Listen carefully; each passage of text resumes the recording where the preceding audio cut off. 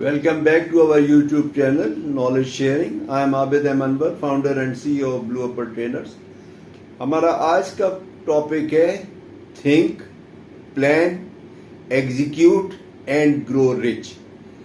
हर शख्स की हम में ख्वाहिश होती है कि वो अमीर बने और अमीर तरीन बने। इस अमीर तरीन बनने के लिए कुछ स्टेप्स हैं, कोई शॉर्टकट नहीं है। जिंदगी में तरक्की का कोई शॉर्टकट नहीं है। इस तरक्की के लिए सबसे ज्यादा जरूरत यह है कि सबसे पहले आप सोचें। सोचने के लिए क्या है कि आपके पास एक अच्छा जहन होना चाहिए। अच्छे जहन के लिए सेहतमंद जिस्म जरूरी है, तो आपको अपनी सेहत का भी ख्याल रखना होगा। और उसके बाद फिर आप सोचिए, एक छोटा से छोटा काम जो है वो हमारा एक अपना घर बनाने का है, चाहे वो 2 कमरों का घर हो या 1 कमरे का घर। उसके लिए क्या करते हैं, हम पहले सोचते हैं, कई दिन हम सोचते हैं क्या हो, कैसा हो, कितने बड़े कमरे हो, कहाँ बाथरूम हो, किस तरह से हो, क्या क्या चीज हमें जरूरत है, और हमारी जो जेब है, हमारे पास जो फंड्स अवेलेबल हैं, वो हमें कितने एक्सपेंसेस की इजाजत देते हैं। तो हम उसके हिसाब से जो है कॉस्ट ऑफ कंस्ट्रक्शन डिसाइड करते हैं और उसके अंदर अच्छी, नॉर्मल और बहुत अच्छी कंस्ट्रक्शन उसके हिसाब से करते हैं। और इस हिसाब से हम अपनी प्लानिंग करते हैं अपने पैसों की गुंजाइश के हिसाब से। और फिर हम उसमें तयन करते हैं कि हमें क्या क्या चीज़ चाहिए होगी, किस किस तरह।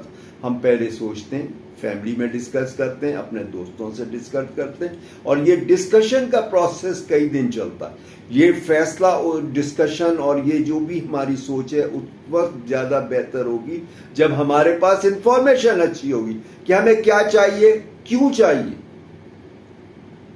और कितने ही हमारी जेब इजाजत देती है कि हम इसके ऊपर इखराजात कर सके। तो हमें यह सोचना होता है। सोचने के बाद फिर हमें किसी एक्सपर्ट से नक्शा बनवाना होता है, इसका बाकायदा नक्शा बनाना होता है, यानी प्लान।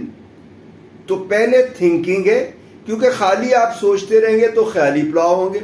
अगर सोचने से लोग अमीर हो जाते तो दुनिया का सबसे अमीर और कबीर आदमी शेख चिल्ली होता, ठीक है।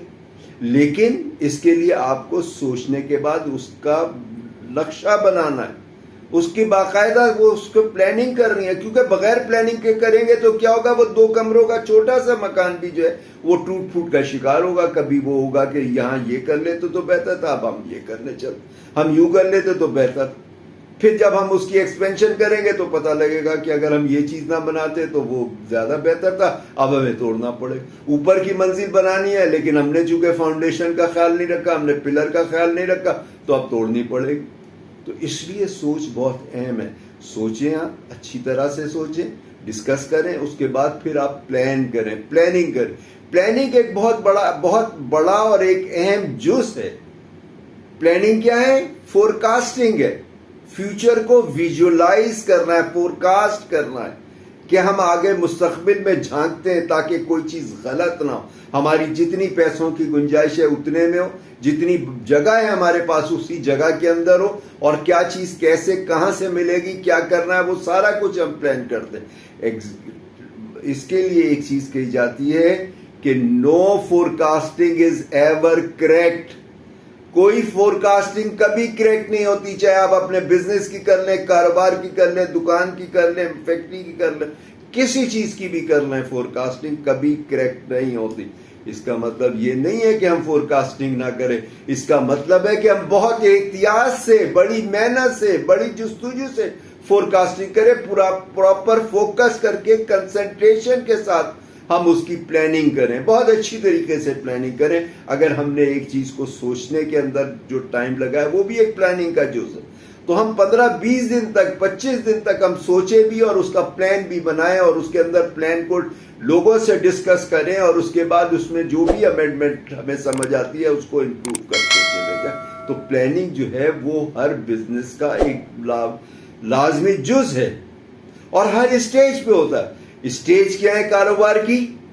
उसका स्टार्टअप है, दूसरी उसकी ग्रोथ या मैच्योरिटी है, तीसरा उसका डिक्लाइन है।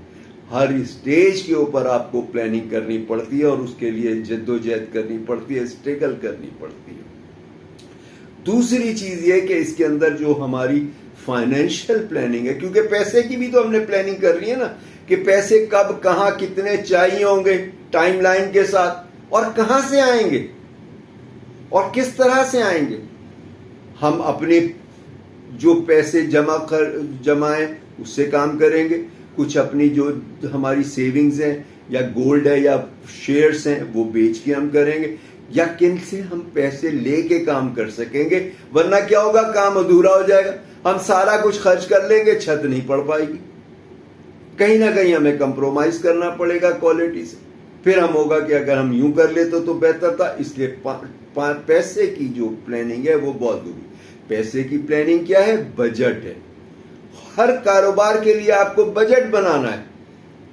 आपको पहले यह सोचना है कि ये मैं काम कर रहा हूं तो क्यों कर रहा हूं, और ये मैं काम करने लगा हूं, ये फैक्ट्री लगाने लगा हूं, या ये छोटा सा मैं कॉटेज इंडस्ट्री लगाने लगा हूं, या ये कारोबार करने लगा हूं तो क्यों करने लगा हूं। क्या इसमें पैसा है, क्या ये चीजें मिल जाएंगी, क्या मुझे इसका शौक है, क्या मैं ये सारा काम कर सकता हूं, और जब मैं काम को बढ़ाऊं तो ये बिक भी सकता है कि नहीं बिक सकता।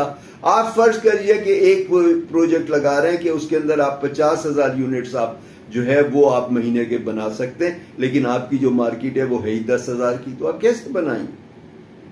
और फिर दूसरा, आपका उसके अंदर शौक कितना है। तो आपको ये सारी चीज की प्लानिंग करनी होगी। इस प्लानिंग के बाद आपको जो करना होगा, इसकी एग्जीक्यूशन करनी होगी, इस पे एक्शन लेना होगा, एक्शन प्लान लेना होगा। क्योंकि जब तक आप एक्शन प्लान नहीं लोगे, एक्शन नहीं लोगे, आपका कुछ भी नहीं काम हो सकेगा। तो आपको इसके ऊपर अमल करना होगा। अमल करना सबसे मुश्किल काम है। प्लान करना बहुत मुश्किल है, आसान नहीं है। प्लान करना बहुत मुश्किल काम है, लेकिन उससे ज्यादा, कहीं ज्यादा उसके ऊपर अमल करना है। बहुत सारे प्रोजेक्ट फेल हो जाते हैं कि प्लान तो बहुत अच्छा था, एक एक्सपर्ट का प्लान था, लेकिन हमने प्रॉपर प्लानिंग नहीं की उसकी,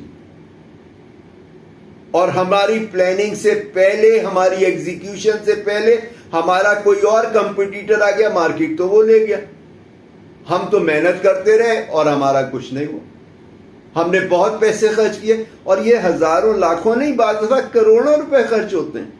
पाकिस्तान के अंदर एक बड़ी मल्टीनेशनल कंपनी ने एक जिंक की कैप्सूल उसने इंट्रोड्यूस की, ठीक है। ये को मेरा ख्याल है 15 साल पुरानी बात होगी, और वो जो है उसके लिए बहुत मार्केटिंग करते रहे। पूरे पेज का इश्तिहार होता था, जेड से जिंदगी, जिंक नहीं उन्होंने बताया था, जेड से जिंदगी उन्होंने बताया। उसके बाद फिर जो है उसके अंदर उन्होंने ये किया कि टीवी पे बड़े बड़े इश्तिहार दिए।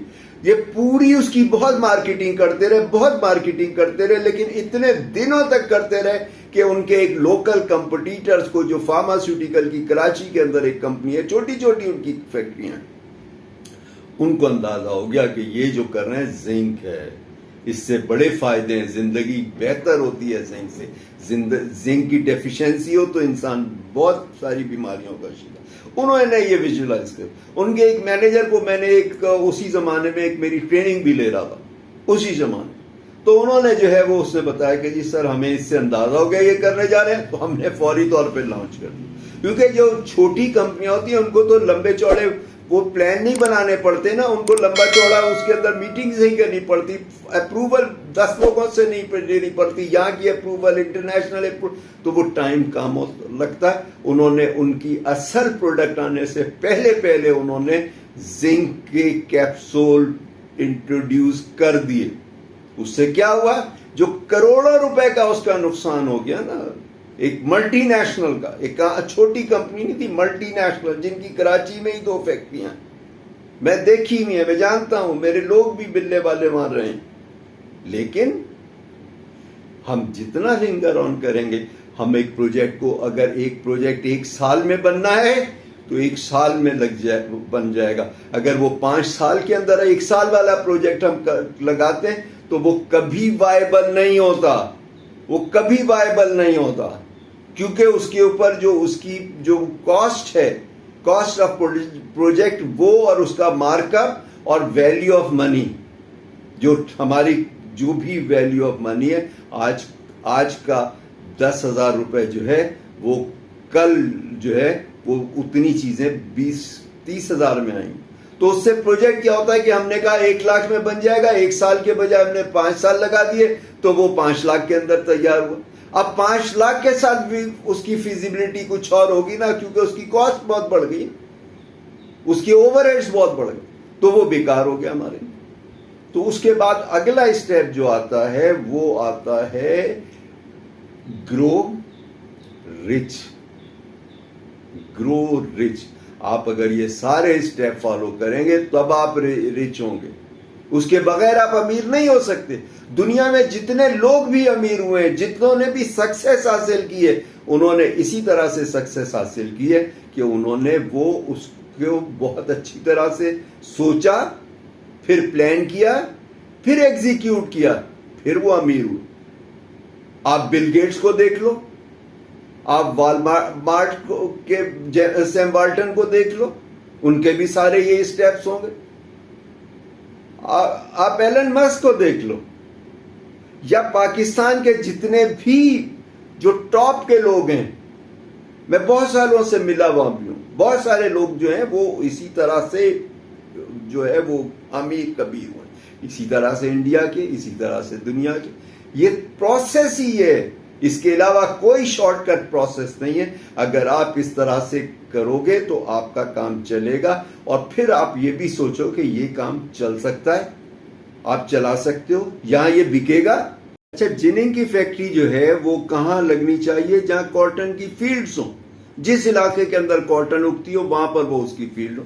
अगर वो कराची इंडस्ट्रियल हब है वहां लगा दी जाएगी तो जिनिंग कभी भी नहीं चलेगी, कामयाब ही नहीं होगी। इसी तरीके से अगर ये नॉर्थर्न एरियाज में ठंडे इलाकों में लगा दी जाए तो वहां पे भी कामयाब नहीं होगी। तो जिनिंग की फैक्ट्री वहां कामयाब होगी जहां पर वो जिनिंग है, वहां पर कामयाब होगी। गन्ने की जो फार्म्स हैं, या शुगर की जो फैक्ट्री है जहां गन्ने के फार्म है, वहां होगी ना।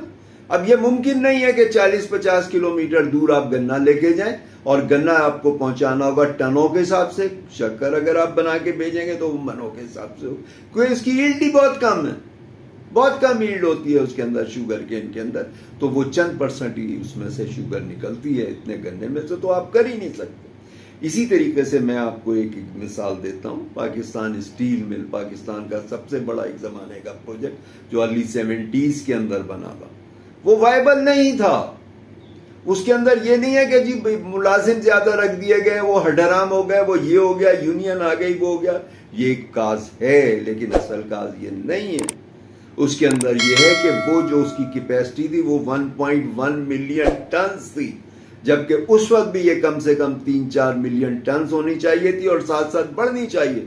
पाकिस्तान की इस वक्त जो डिमांड है एनुअली वो 9-10 मिलियन टन है, तो 1 मिलियन टन तो चलना ही नहीं था ना, तो वो वायबल ही नहीं था। दूसरी बात ये कि उसमें वैल्यू एडेड वो एक आइटम नहीं थे, एक्सपेंसेस बहुत थे। अगर उसमें वो वैल्यू एडेड चीज बनाते, यानी 10 रुपए के बजाय 100 रुपए वाली चीज बनाते, तो वो उसके अंदर वायबल हो जाता। मसलन वो कोल्ड रोल जो बनाते उसका थोड़ा सा पोर्शन था, कोल्ड रोल ज्यादा बनना चाहिए था, हाई कार्बन स्टील ज्यादा बनना चाहिए था। और दूसरी बात जो मैंने आपको गन्ने और कॉटन की एग्जांपल दी, मिसाल दी, इसको भी यहां नहीं होना चाहिए था, इसको काला बाग पे होना चाहिए था। पाकिस्तान के अंदर जो आयरन ओर के खजाने दरियाफ्त हुए थे वो काला बाग पे हुए थे, और ये काला बाग से कोई 1,500-2 हजार किलोमीटर दूर ये बना दी गई। वहां से वायबल ही नहीं था यहां तक लेकर आना। और उसके बाद हमने क्या किया, इंपोर्टेड कोर, आयरन कोर जो है बाहर से मंगाई, और वहां से वो आती थी बिन कासिम के ऊपर, और वहां पर वो जो है ना जेटी से कन्वेयर बेल्ट लगाई थी, वहां से वो आए। मैंने पूरा स्टील मिल का मुआयना किया हुआ, पूरी स्टील मिल देखी, पूरी स्टील मिल देखी हुई है मैंने, पूरी स्टील मिल देखी हुई है। उनके जो एक जमाने में चेयरमैन थे उनसे भी मेरी मुलाकात थी, और मेरे मिलने वाले डायरेक्टर्स और एग्जीक्यूटिव्स होते थे, तो मैंने उसको भी विजिट किया। तो उसके अंदर ये प्रॉब्लम थे। इसी तरह से मैंने ये प्रॉब्लम पाकिस्तान में नहीं है, ये दुनिया के हर इलाके के अंदर है, हर इलाके के अंदर। मैंने इसके अंदर एक प्रोजेक्ट के ऊपर काम किया था, इथियोपिया के अंदर एक प्रोजेक्ट पे काम किया था जो ऑटोमोबाइल्स का था। उनका एक प्रोजेक्ट जो है वो फेल हो गया, उन्होंने मिलियंस ऑफ डॉलर्स की इन्वेस्टमेंट की थी। वो था क्या? वो था जो रशियन टेक्नोलॉजी से एक टैंकर्स थे, वाटर टैंकर्स बने थे, ऑयल और वाटर टैंकर्स बने थे, और वो बड़े ट्रक से, बड़े टैंकर से वो बने। और वो टेक्नोलॉजी थी, वो जो थी वो सरफेस आम रोड के लिए थी, मैदानी इलाकों के लिए थी, और वो था ये हिली इलाका। जैसे पाकिस्तान का जो गिलगित हुंजा वगैरह का स्वात का इलाका है, ये खास तौर पे जैसे गिलगित और स्कर्दू का इलाका, या इंडिया का लद्दाख का इलाका, ऐसा इलाका था। उन्होंने वो देखा, वो मतलब इतना मिलियंस ऑफ डॉलर का जो प्रोजेक्ट था वो फेल हो गया। तो हम वो चीज़ों को देखें और एहतियात से करें। तो आप ये समझ लीजिए कि आपने अगर अमीर होना है तो उसके स्टेप्स हैं। पहले आपको थिंकिंग करनी होगी, प्रॉपर तरीके से फोकस के साथ सोचना होगा, बहुत सारी चीज़ों को देखना होगा। उसके बाद आपको इसका प्लान बनाना होगा, फिर एग्जीक्यूट करना होगा। प्लानिंग के अंदर जितना टाइम लगेगा, प्लानिंग डिफिकल्ट है, एग्जीक्यूशन उससे ज्यादा डिफिकल्ट है, तो प्लानिंग में जितना टाइम लगाएंगे उससे 20 गुना ज्यादा टाइम आपको एग्जीक्यूशन में फोकस के साथ, डीप थिंकिंग के साथ देना होगा। उसके बाद फिर आप अमीर होंगे, then you will be rich. तो ये उसके स्टेप्स हैं। अगर ये फॉलो नहीं करेंगे तो शॉर्टकट जिंदगी में तरक्की का कोई भी नहीं है। तो आज के लिए इतना ही। इंशाल्लाह नेक्स्ट व्लॉग में मुलाकात होती है। टिल देन अल्लाह हाफिज।